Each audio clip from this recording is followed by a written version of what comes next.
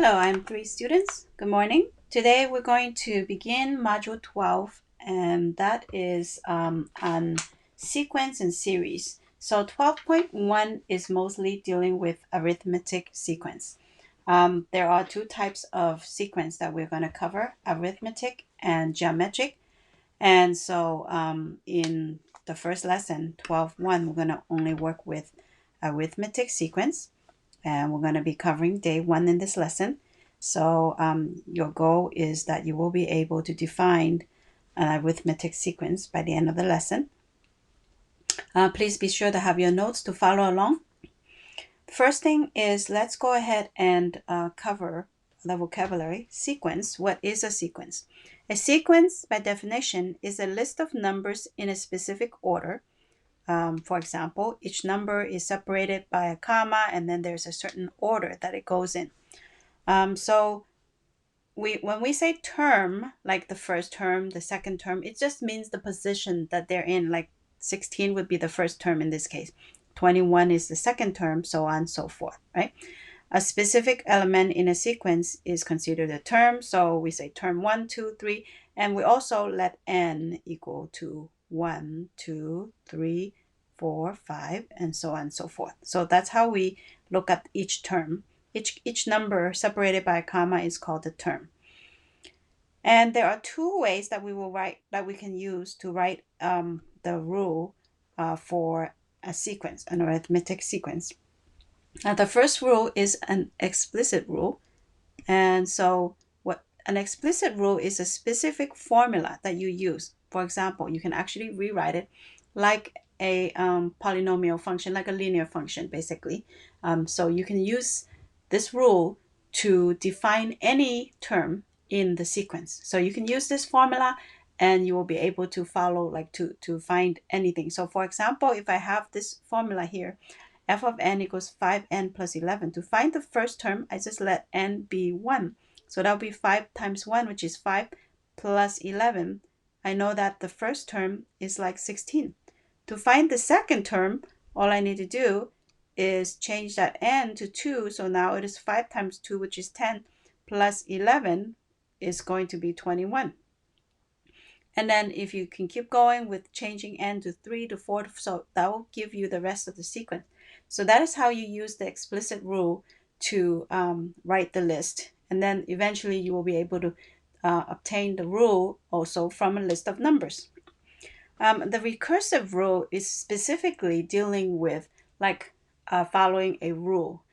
It's very hard to summarize it with a formula, but you can just like follow how to do it from a sequence of like steps. So you're always given the first term, and then you're asked to find the next term. So let's just talk about some common terminology here. F of n means the nth term. So to find the nth term, or any term in any case, you take the f of n minus 1. So for the sake of you understanding what that means, n minus 1, f of n minus 1, we can just read it as the previous term. That means the term before this one that we are talking about. So previous term is what f of n minus 1. So for example, if 21 is the current term, then the previous term would be 16. So this would be f of n minus 1 if this is f of n. So it depends on what f of n is, okay? That will determine what the previous term is. So simply this rule just describes how to get the next term. So basically here is saying to get the next term, you take the previous term and you add 5 to it. So just like this list is telling you, from 16 to 21, you're adding 5, right? So basically this is telling you a shortcut, like, okay, all you need to do is add 5 to get the next term. So to get the next term, I just add 5 from 21 here, and it will be 26. And then add 5 again, it'll give me 31.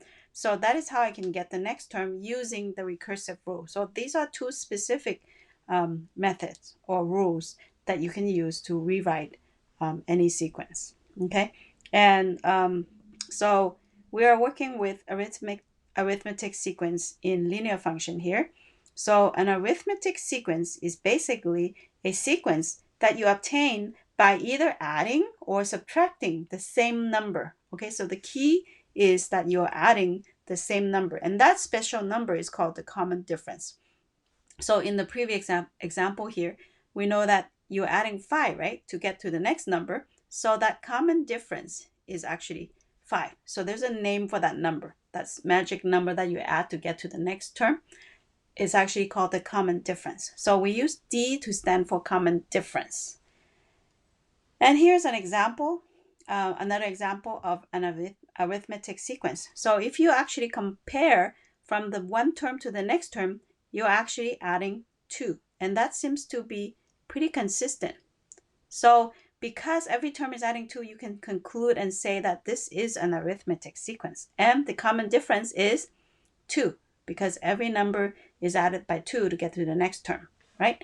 So that is also another example of an arithmetic sequence.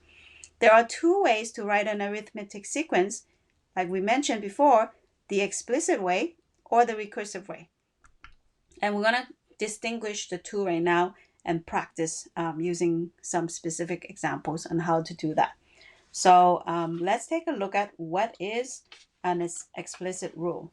There is a formula that you can use, and if you follow this, you can pretty much get the correct formula. So you need to know the initial term, whether it is f of 0 or f of 1. There's always like an initial term that will get you started with the sequence.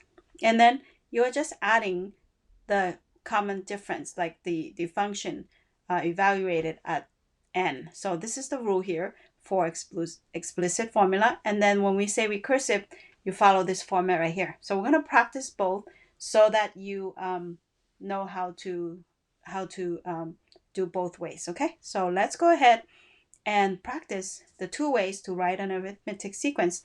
So there is a different formula for starting at the 0th term or at the first term. So there is a difference. It does not make a difference for the recursive rule, apparently, because all you do is say, okay, I'm starting with the 0th term or I'm starting with the first term. So it all depends on which term you're working with. But for this explicit rule, it makes a little bit different. So the one with f of 0, you just have d of n basically for the formula. And then here you have d's of n minus 1. So it pretty much, that's the only difference. So it depends on what number, which term you're starting with, the 0th term or the first term. So we're going to practice both. And let's take a look at example 1 so that we can put this to practice. So example 1 says, indicate whether each sequence is arithmetic. If so, find a common difference and write an explicit rule for the sequence. So in the first example here, if you try to find a rule that will kind of guide the terms, from -1 to 2, I need to add 3, right? From 2 then to -3, I'm subtracting 5. And then from -3 to 4, we need to add 7. So it is not consistent at all with the rule, what we're doing. So basically, we can just conclude to say that no, this is not an arithmetic sequence. So the answer is no for that one. And let's take a look at the second one, question B. To go from 14 to 12, I am subtracting 2. And then to go from 12 to 10, I'm also subtracting 2 and also subtracting 2. So as you can see, it is pretty consistent, the number that you are subtracting. It's always subtracting 2, apparently. That is the rule. So we can say that, yes, this is an arithmetic sequence, and the common difference is actually equal to -2. And to show the work for it, we can take the next term, which is 12, minus the previous term, which is 14, and that is how you get the common difference is -2. And then to write the explicit rule, we are going to specifically use the explicit rule that is given. So we're going to start, and just as a rule of thumb, if they don't specify the term, we're going to assume that we're starting with the first term. So this is 1, 2, 3, so on and so forth. So if we're going to use the formula that says that we're going to start with the first term right here. So the formula is f of n equals f of 1 plus the common difference times n minus 1. So we know that the first term in the sequence is actually 14 minus the common difference in this case is a minus 2. So that's why it's going to be a minus 2. And then n is still going to be n. And then we just put the n minus 1 is going to be staying with the formula. And now we're going to just simplify the formula right here, minus 2n plus 2. So we get 16 minus 2n. And that is our explicit rule for the sequence that is given above. So that is how you do the problem. And let's go ahead and have you guys try these two right here. So go ahead and pause the video and try it before you watch the answers, okay?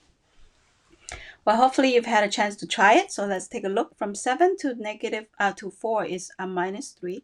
From 4 to 1, you also need to subtract 3. And from 1 to negative 2, you also subtract 3. So it looks like it is pretty consistent. So yes, this is an arithmetic sequence. And so we know the common difference is going to be taking any of the term minus the previous term is how you get it. So 4 minus 7 is negative 3. That's the common difference. And you can also see that right over here. So we're going to write the rule for it. So f of n is equal to f of, we're going to assume that's the first term.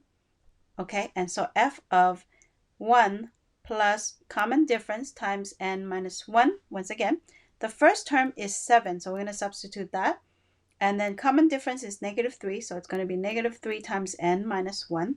And I'm going to simplify by distributing. So it's minus 3n plus 3. And finally, combine the like terms. So I have f of n is equal to 10 minus 3n. Or you can rewrite it as in standard form, negative 3n plus 10. Either way, it is correct. So that is the rule for this explicit formula for the rules with the list above. Let's try number 2. Looking at the first two terms, we're adding 3 to get to the next one. Adding 3, so far so good. But when you get to the third one, you're going to need to add 18 to get to the next one. So that's a no-no. And since it is not consistent, we say that this is not arithmetic. So that is the end of the problem. Moving on to example 2, use the explicit rule given to write the first terms of each sequence. So they're giving you the rule, and all you need to do is make a list. So f of 1, we're going to start with f of 1. We're going to substitute 1 for n. So that's 6 plus 3 times 1 minus 1. That gives me a 0 here, and that everything is gone. So f of 1 is 6. So I'm going to start the list right here. F of 2 is going to be 6 plus 3 times 2 minus 1. I'm going to replace n with 2 this time.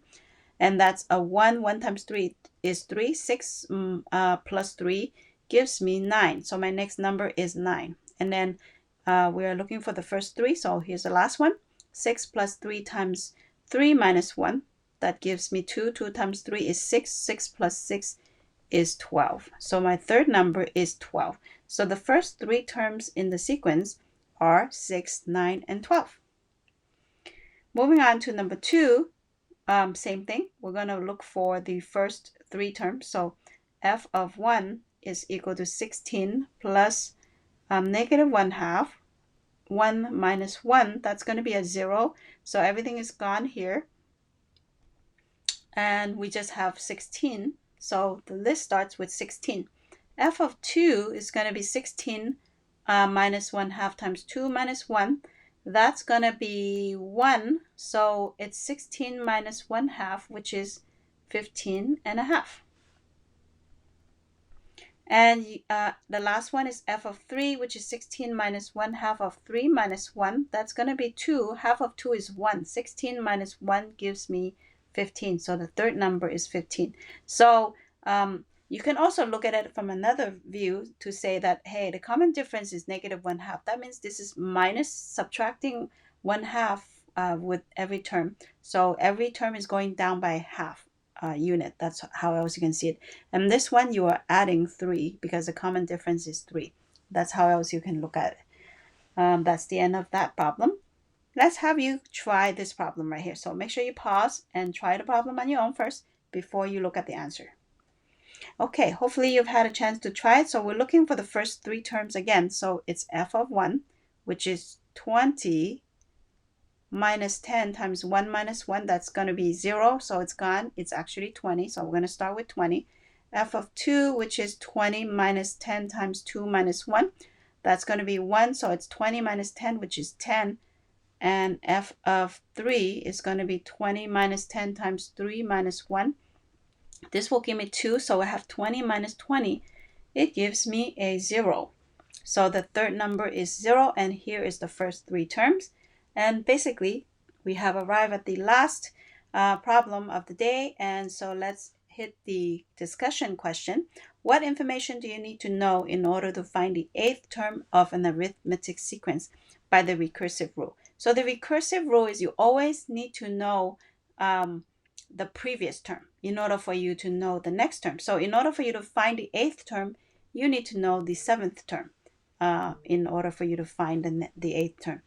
And the second question is, if you know the second term and the common difference of an arithmetic sequence, can you write an explicit rule for the sequence? If so, explain. The answer is yes. If you know the second term right here, and you know the common difference, then you know that you can go backwards, because whatever the number is from the first term will arrive at the you will be able to get the first term. So when n equals 1, so if you know the second term and you know the common difference, you would know what number produced this common the second term. And that is the end of the lesson for today. So go ahead and get started with your homework assignment. Have a nice day.